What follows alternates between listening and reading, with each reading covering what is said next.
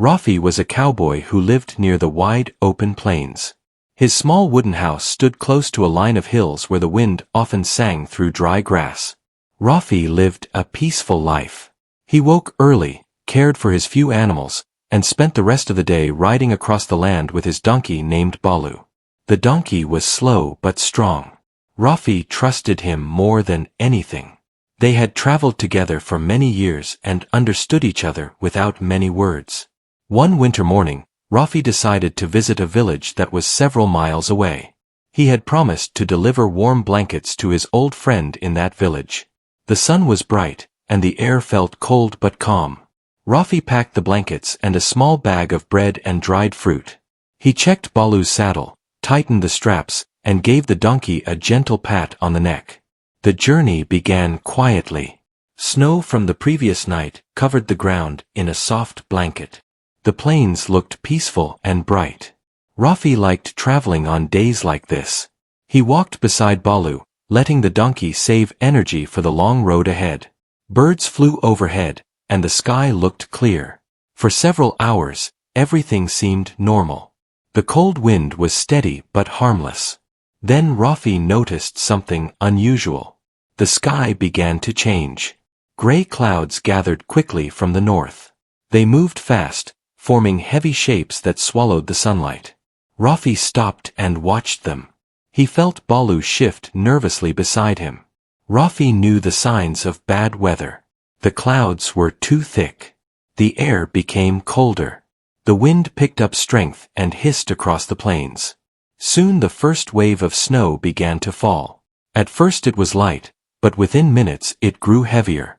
The wind pushed it sideways, making it difficult to see. Rafi held Balu's reins firmly. He spoke softly to the donkey to keep him calm. The path that had been visible a moment ago had already disappeared under fresh snow. Rafi kept walking, hoping the storm would weaken, but the sky only darkened more. The wind turned stronger, making it hard to breathe. Snowflakes hit Rafi's face like cold needles. His fingers grew stiff. Balu lowered his head, struggling against the wind. Rafi knew they had to find shelter quickly. Being trapped in a blizzard on the open plains was one of the most dangerous situations for any traveler. The cold could weaken a person within minutes. Even a strong animal like Balu would not last long without protection. The storm grew worse with each step. The world around them turned white. Rafi could barely see beyond a few feet. His boots sank deep into the snow, slowing him down. The sound of the wind filled his ears. Even Balu's hooves made no clear sound because the snow was too thick. Rafi reminded himself to stay calm. Panic would only make things worse. He tightened his coat and leaned forward to shield himself from the wind. He kept one hand on Balu's harness to make sure they did not get separated. Every step felt heavy, and every breath felt colder than the last. Time passed slowly. Rafi could not tell how far they had gone. The storm made everything look the same. He tried to remember landmarks, but none were visible. He feared they had walked off the main path, but there was no way to be sure. Balu's legs trembled from the cold, and Rafi knew the donkey could not endure much longer. Just when Rafi began to lose hope, he noticed a dark shape in the distance. At first he thought his eyes were playing tricks on him. Snow made it hard to see anything clearly. He blinked and stared again. The shape was still there. It looked like a building, small and square. Rafi felt a surge of energy in his tired body. He pulled Balu along, guiding him through the thick snow. As they got closer, the shape became clearer. It was a stone hut. The walls were rough, and the roof looked old, but it was standing strong against the storm. Rafi thanked the heavens for this chance. He pushed against the wooden door. It was hard to open because snow had piled up against it, but he used his full strength. The door finally gave way. Warm air did not greet him because the inside was very cold, but at least it was safe from the wind. Rafi led Balu inside and shut the door tight. The hut was dark, but after standing in the room for a moment, Rafi's eyes adjusted. The space was small. A weak fire pit sat in the corner, filled with old ashes. Wooden furniture stood against the walls. It looked like no one had lived here for a long time. Rafi took a deep breath and tried to warm his hands. Balu shook snow from his back and stood quietly. The donkey was tired and cold, but safe. Rafi gave him a small piece of dried fruit to calm him. Then Rafi felt a strange sensation. He sensed that he was not alone in the hut. Something in the darkness felt different. He heard a faint movement, like cloth brushing against wood. Rafi turned slowly and stared toward the far corner. There, sitting against the wall, was a figure. Someone was already inside the hut. Rafi froze. Balu's ears twitched in fear. The figure did not move at first, but when Rafi stepped closer, the person lifted their head. A pair of tired eyes looked back at Rafi. In that moment, Rafi realized the storm had brought him to a place filled not only with shelter but with mystery as well. The blizzard outside was harsh, yet what waited inside the hut felt just as unexpected. And Rafi knew this was only the beginning of a long and strange night. Rafi stood still near the center of the stone hut. His breath was loud in the quiet room. The blizzard outside was wild, but inside the hut a heavy silence filled the air. The figure sitting in the corner did not make any sudden movement. Only the soft crack of old wood could be heard as the wind pressed against the walls. Balu stepped closer to Rafi, as if seeking protection. The donkey sensed the tension and stayed behind him. Rafi placed a calm hand on Balu's neck before focusing again on the mysterious person in the corner. He knew fear would not help. He needed to understand if this person was friendly or dangerous. Rafi took one slow step forward and spoke in a steady voice. He said a polite greeting and asked if the person was hurt or needed help. The figure moved slightly, then raised his head. His face came into view now that Rafi's eyes had adjusted to the dim light. It was a young man, not very old, with long hair that covered part of his forehead. His cheeks looked pale, and his eyes showed exhaustion. The young man introduced himself as Imran. His voice was thin and tired. He explained that he had been trapped in the storm for almost 2 days. He had found the stone hut before the blizzard reached its worst. He came inside for safety and stayed because he had no strength to go back into the deadly wind. Rafi listened carefully. The man looked weak but not dangerous. His clothes were worn, and his boots were soaked. He clearly needed help. Rafi opened his small bag and took out a piece of dried bread. He handed it to Imran. The young man accepted it with both hands and thanked Rafi. His voice shook with relief. He ate slowly, as if each bite brought back a little of the strength he had lost. Rafi asked how Imran had survived inside the hut for so long. Imran said he had found a few broken pieces of wood and managed to light a small fire for a short while, but the fire faded because he had no more wood left. He had not eaten since the morning of the previous day. The snowstorm outside had blocked the path, and he had been waiting for help, unsure if anyone would come. Rafi felt sympathy for him. The plains were harsh in winter. Anyone traveling alone could face danger without warning. He was glad he had found this hut, not only for his own safety but also because Imran needed someone. Rafi walked around the hut, looking for dry wood or anything useful. He found some small splinters near the window. They were too few to make a good fire, but better than nothing. He gathered them and placed them in the fire pit. Imran helped by arranging the pieces carefully. Rafi used a small spark tool he carried and after several tries managed to create a tiny flame. The fire grew slowly and spread a soft glow across the room. The warmth was weak but comforting. Both men sat near the fire while Balu rested near the door. The donkey closed his eyes and breathed calmly now that the danger of freezing had lowered. As they warmed themselves, Imran revealed that he had explored the hut earlier. He had walked around the room on his first day to find something that could help him. He had checked every corner, every wall, and even the small shelf where old tools were kept. During that search, he found something strange. There was a wooden plank in the floor that looked newer than the rest. It did not match the old and rough boards around it. Rafi became curious. He asked Imran why he thought it was unusual. Imran said the plank felt loose when he stepped on it. He tapped it with his foot and heard a hollow sound under it. He had not opened it because he was afraid something dangerous might be hidden beneath it. Since he was alone, he did not want to risk anything. Instead, he covered it back and waited for help. Rafi stood up and walked to the spot Imran pointed at. The plank was indeed different. It had a clean, smooth surface compared to the rest of the old wood. Rafi knelt down and gently pressed on its edges. It shifted a little. Balu lifted his head and watched them closely. The donkey sensed something unusual. Rafi called Imran to help him lift the plank. Together they pulled it up.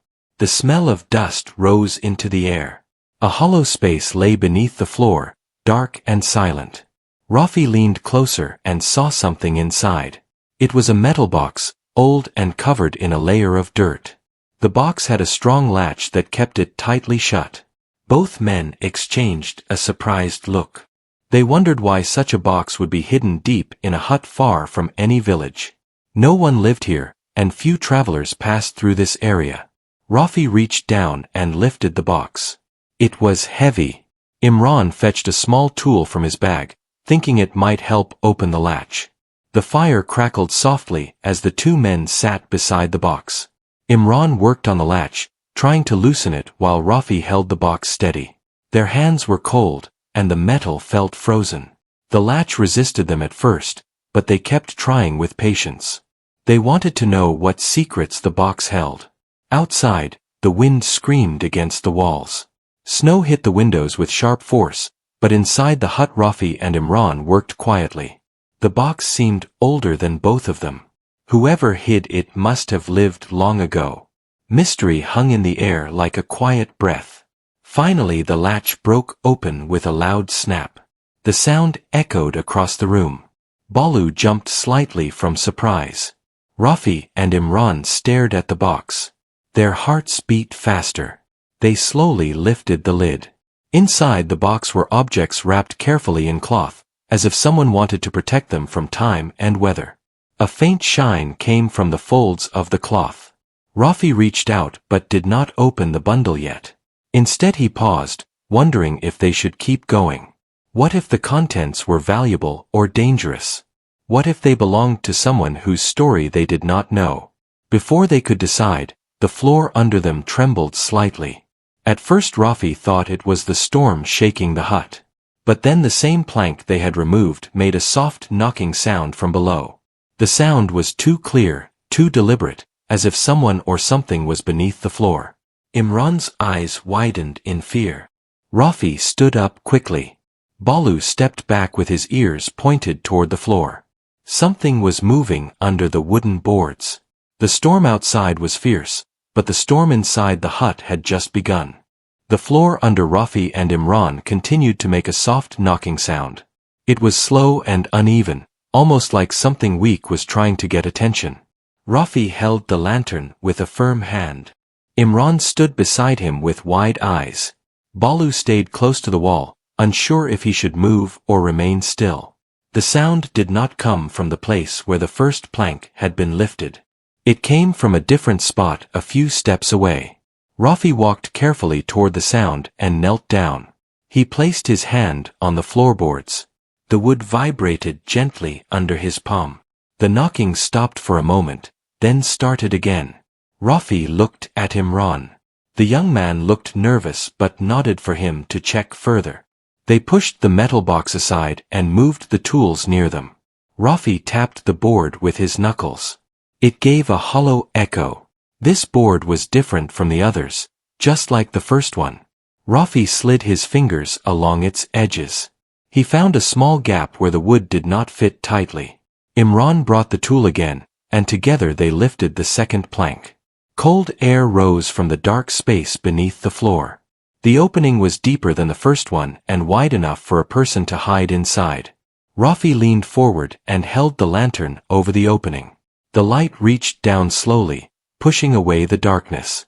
In the bottom corner of the hidden space, curled up tightly, was a boy. His clothes were thin and torn. His skin looked pale from cold. His hair was messy, and his arms were wrapped around his legs. When the lantern light touched him, He covered his eyes with his hands. Rafi spoke gently and asked if he was hurt. The boy did not answer at first. He had been alone in the cold chamber for too long. After a moment he lowered his hands a little and whispered his name. He said his name was Nasir. His voice was soft and weak, as if he had not spoken in many hours. Rafi extended his hand. The boy hesitated but then reached out. Rafi lifted him carefully out of the chamber. Nasir shivered as soon as he reached the cold air of the hut. Imran hurried to bring a blanket. He wrapped it around the boy gently. Balu walked closer and sniffed Nasir as if checking if he was safe. The donkey then lowered his head kindly, which made Nasir relax a little. Rafi guided the boy to sit near the small fire. Imran added pieces of cloth and small bits of wood to keep the flame alive. The fire made popping sounds and filled the room with a soft glow. Rafi took a piece of bread from his bag and gave it to Nasir. The boy ate slowly. His hands shook from hunger and cold. After a few minutes of warming up, Nasir began to speak more clearly. He explained that he had been traveling with his father 3 days ago.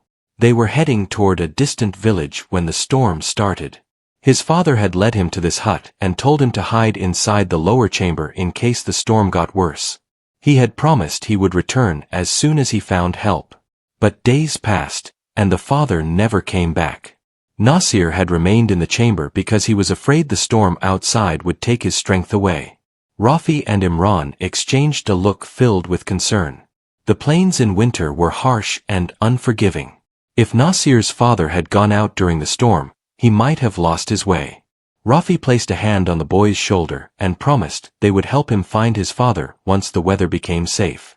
While Nasir continued to warm up, Rafi and Imran returned their attention to the metal box they had discovered earlier. The box still sat beside the fire pit, heavy and silent. The cloth bundles inside it waited to be opened. Rafi opened one carefully. Inside were silver coins. Each coin had an emblem engraved on it. The design showed a sun rising above a mountain. The edges were worn, but the shine was still bright. Imran opened another cloth bundle. Inside was a small notebook. Its cover was cracked, and its pages were yellow. Rafi turned the first page slowly. The handwriting was neat, but faded with age. It belonged to a man named Saeed. According to the writing, Saeed had traveled across many lands collecting rare objects. When winter came many years ago, he had taken shelter in this hut and decided to hide his collection under the floor. He wrote that he planned to return after the storm passed, but feared that his journey would be long and uncertain. Rafi closed the notebook with respect. Saeed's treasure had been hidden here for many years, untouched and forgotten. The hut seemed to hold memories from different times. The cold wind outside carried stories from travelers who had crossed these plains before. Imran suggested they take the box to the nearest village elder once the storm ended. The treasure did not belong to them. It had a history and might belong to a family waiting somewhere. Rafi agreed with this idea. He believed that treasures should be handled with honesty. Nasir listened quietly while warming his hands near the fire. As the fire crackled, the wind outside began to shift.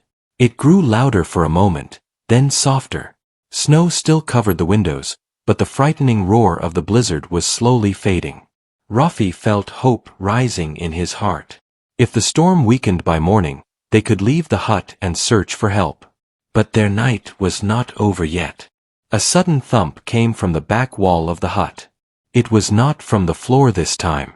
It sounded like something heavy had hit the stone wall from outside. Balu jumped at the noise.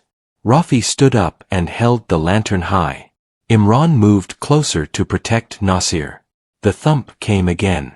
It was slow and steady, not like the wind or falling snow. Rafi went toward the wall and listened. Someone or something was outside the hut. For a long moment, no one moved. The fire made a soft sound. The wind hummed at the windows. Balu's ears twitched. Then a faint voice came through the wall. It was weak and cold, but it was clearly calling out for help. Rafi's heart tightened. He looked at Imran and Nasir. Another human life was waiting outside in the snow. And the night was far from finished. The morning inside the stone hut started with a soft glow. A weak line of light entered through the small window and touched the walls. The cowboy felt warm for the first time in many hours.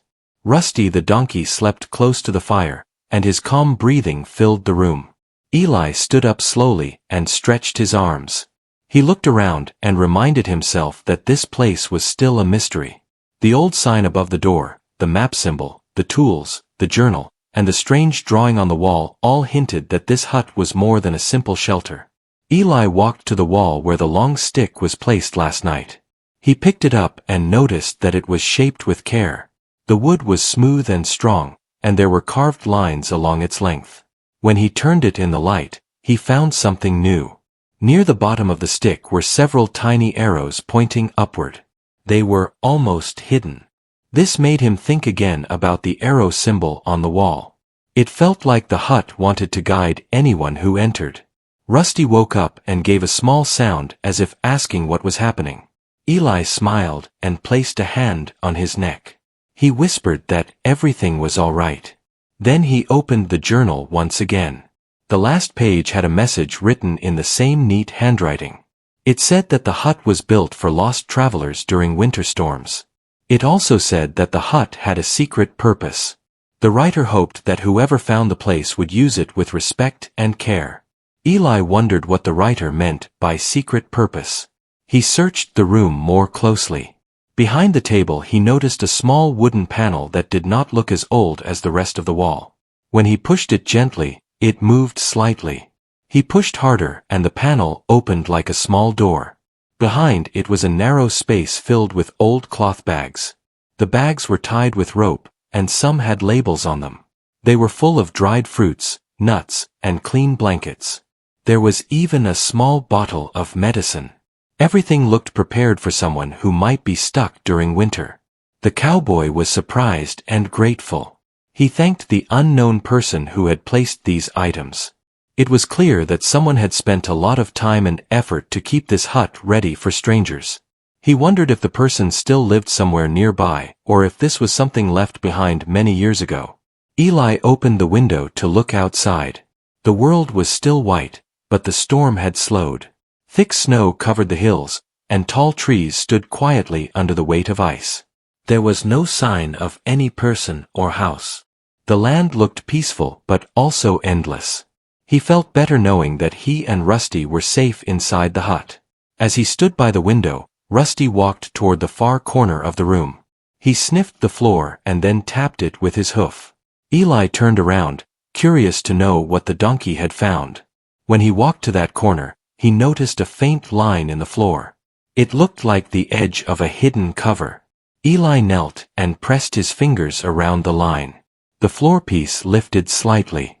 He pulled it up and discovered a small storage box beneath. The box was made of dark wood and had a simple metal lock, but the lock was open. Inside the box were more supplies, but also something very different. There was a folded piece of leather, and inside that leather was a small metal compass. The compass was not ordinary. Its design was old, and its needle glowed faintly even though there was no light inside the box. On the back of the compass was a carved word. It said home. Eli felt a quiet shiver of wonder. He had used many compasses in his life, but none looked like this one. He held it gently and felt that it was special. He opened the journal again and looked for more clues. On one of the earlier pages there was a sentence about a compass that could guide a traveler even when storms blocked the sky. The writer said that the compass would always point toward the path of safety and shelter. Eli understood that this must be the compass mentioned in the journal. He felt honored to find it. He thought about leaving it in the box, but something inside him said that it was meant to be used. So he placed it carefully in his coat pocket. He closed the floor panel again and looked at Rusty. The donkey stared back with a gentle expression. Eli laughed softly and told Rusty that he always found the most interesting things. Rusty waved his tail, as if agreeing. The warmth of the hut made both of them feel calm. Eli spent the next hour cleaning the place. He swept the floor, fixed the fire, and arranged the supplies back in the panel. He believed that the hut should stay ready for the next traveler, just the way he had found it. While he worked, he noticed that the walls had small carvings near the ceiling. They showed shapes of mountains, rivers, trees, and small huts. It looked like a map carved into stone. The hut was not just a shelter. It was also a guide. When he touched the carvings, he felt a strong connection to the land outside. The drawings told a story of travelers who passed through this area long ago. They faced storms, hardships, and lonely nights, just like him. The hut had become a symbol of hope for anyone lost in the snow. As the day moved forward, the storm outside grew weaker. Eli prepared Rusty for travel. He warmed his saddle blanket near the fire and filled his bags with some fruit and nuts from the storage. He did not take much because he wanted to leave enough for someone else who might need it. Before leaving, he wrote a small note in the journal. He thanked the builder of the hut and promised to protect the compass and follow wherever it led. He stood in the center of the room and looked around one last time. The soft warmth, the quiet air, and the peaceful glow of the fire made him feel safe. This hut had saved his life. He knew that he would never forget it. Eli placed his hat on his head, opened the door, and stepped outside with Rusty by his side. The storm clouds were fading, and a pale sun appeared behind them. It was time for the journey to continue, guided by the strange and glowing compass in his pocket. He did not know what this next path would bring, but he felt ready. Eli stepped into the open snow with Rusty walking beside him. The sky was brighter now. The storm had passed, leaving behind a clean, silent world. Everything looked fresh, as if the land had taken a deep breath after a long, restless night. The cowboy tightened his coat and checked the small glowing compass in his hand. The needle did not point north like normal compasses. It pointed toward a direction that almost felt alive, as if it wanted to show something important. Rusty walked slowly at first because the snow was still deep. Eli stayed patient and helped him move through the softer parts. Each step was careful but steady. The cold air touched their faces, yet Eli felt a strange warmth in his chest. It was the kind of warmth that came from hope. The compass did not shake or turn in circles. It stayed firm and clear, telling them to trust the path. As they continued, the land changed. Tall trees rose around them. Snow rested gently on the branches, and the forest felt quiet but welcoming. The sunlight passed through the branches and made long silver lines on the ground. Eli enjoyed the peaceful view. He felt that he and Rusty were walking through a story written by the land itself. After some time he noticed something new. The compass needle pulsed softly, brighter than before. When he looked forward he saw a narrow track in the snow. It was not a fresh track, but it had a clear shape, like someone had traveled there not long ago. The compass seemed to guide them onto that track. Eli followed without fear. If the compass belonged to someone who built the hidden hut, then maybe this track was part of that person's path. Rusty sniffed the ground and gave a small happy sound. The donkey seemed to understand that they were moving in the right direction. Eli smiled and patted his neck. They walked together with steady steps. After walking for a long while they reached a wide, open area. The snow here was smoother and less deep. In the center stood a wooden pole with a carved sign on it. The sign showed the same symbol that was painted on the wall inside the hut. It felt like a message from whoever built the hut long ago. The sign looked old but not abandoned. It felt like someone still cared for this place from time to time. Eli walked closer to read the writing on the pole. It said Shelter Path. Below it was a simple line pointing toward a small hill. Eli followed the direction with his eyes and noticed a series of little mounds in the snow that looked like they formed a trail. Each mound had a small wooden marker on top. The path seemed easy to follow. He checked the compass again. The needle pointed exactly toward the first mound. They continued the journey. As they walked, Eli started to think about the person who created all this. Someone had built a hut, stored supplies, carved maps into stone, and placed signs through the valley. Someone with a kind heart and patient hands. Someone who wanted to help travelers without ever asking for anything in return. Eli felt a growing respect for this unknown caretaker. Soon they reached the hill. On the other side, the land changed again. There was a small valley with more trees and a frozen stream running through the center. The stream had a quiet beauty. The ice looked smooth and clear like glass. Rusty walked carefully next to it while Eli checked the compass again. The needle moved slightly, then pointed toward a tall pine tree standing at the far end of the valley. That tree was different. It had bright green needles even in the thick snow. Its trunk looked older and wider than all the other trees. Around it were wooden steps half covered in snow. Eli walked up to the tree and brushed the snow away from the steps with his gloves. Under the snow he found a small stone path. The compass stopped glowing and its needle stayed still. It felt like they had arrived where it wanted to guide them. Eli looked around. The valley was quiet. There were no houses or huts nearby. Only this tall tree and the stone path leading behind it. Rusty looked at Eli as if waiting for the next move. Eli took a slow breath and followed the stone path. Behind the tree was something hidden by branches and snow. When he pushed the branches aside, he found a wooden door built into the hill itself. The door was strong and had metal hinges that still looked solid. On the front of the door was the same arrow symbol again. Eli placed his hand on the door and pushed gently. It opened without effort. Inside was a small cave room lit by soft daylight coming from a tiny window built into the top. The room was clean and held several wooden shelves. On those shelves were books, tools, maps, and notes. Everything was placed with care. It looked like a peaceful study room meant for someone who liked to understand the land and help others travel safely. Eli stepped inside. Rusty stayed near the door but peeked inside with curiosity. On the table in the center was another journal. Eli opened it and began to read. The writing matched the journal from the hut. The first page explained everything.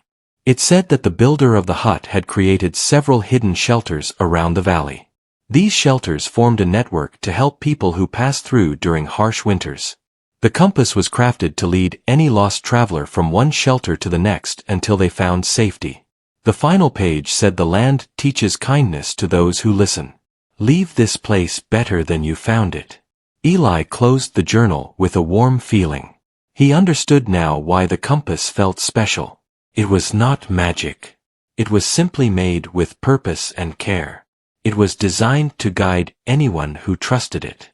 The shelters were not about mystery. They were about kindness. Eli spent time cleaning the small room just like he had done in the hut. He checked the supplies and made sure everything was in good condition. He placed the journals neatly on the table. He felt that he was part of a long chain of travelers who had passed through this land. When he stepped outside again, the sky was clear and wide. The compass glowed faintly, as if thanking him. Eli placed it back into his coat pocket and gently touched Rusty's ear. They were ready for the next part of their journey. The valley looked bright and open now. The world felt safe again. Eli and Rusty walked forward with steady steps, knowing that the land offered more paths and more stories ahead.